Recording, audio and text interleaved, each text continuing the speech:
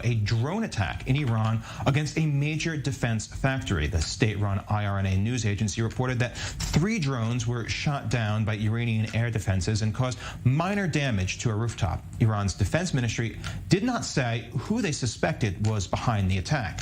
Separately, state television said that a fire broke out at an oil refinery near the northwest industrial zone of Tabriz. The cause there also unknown. This is alongside reports on social media of explosions and smoke in the northwest capital, Tehran. These reports cannot be confirmed at this time, but those are also alongside reports claiming as many as 6 different locations had events overnight with causes unknown. Media and analysts were quick to point their fingers at Israel, noting that 2 countries are engaged in a shadow war against infrastructure.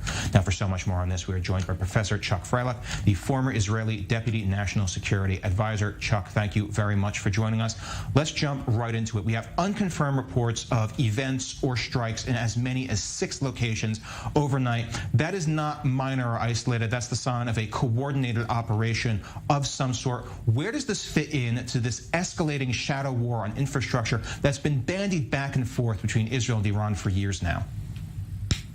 Well, first of all, we have to assume that this is part of the ongoing back and forth conflict between Iran and Israel. We have no confirmation of that. But it's the kind of thing that Israel may have been involved in the past. So we can assume for purposes of our discussion.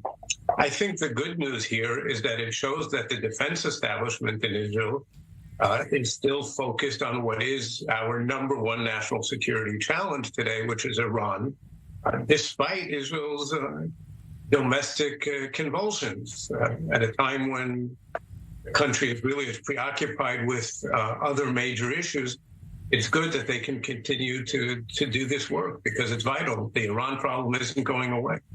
Now, we've heard some other unconfirmed reports that CIA Director Bill Burns is in Israel at this time to meet with leadership. Can we say that there's any connection between these reports and the events of overnight, or is this simply speculation at this point? I would doubt that highly. Operations such as this, I mean, there are targets of opportunity that happen, but that's probably not this kind of a significant facility. It's unlikely. This is probably the type of operation that was planned weeks and months in advance, probably not even by this government. And I would imagine that Burns' visit, assuming that it's taking place, was unrelated. But of course, they'll talk about it if he's here. Now, one of the things of note was at least Iran claims that very limited damage was done in this attack. From this, do we assume it was an unsuccessful operation, or was it a probing operation to see what the air defenses there are like? Well, it's good speculation.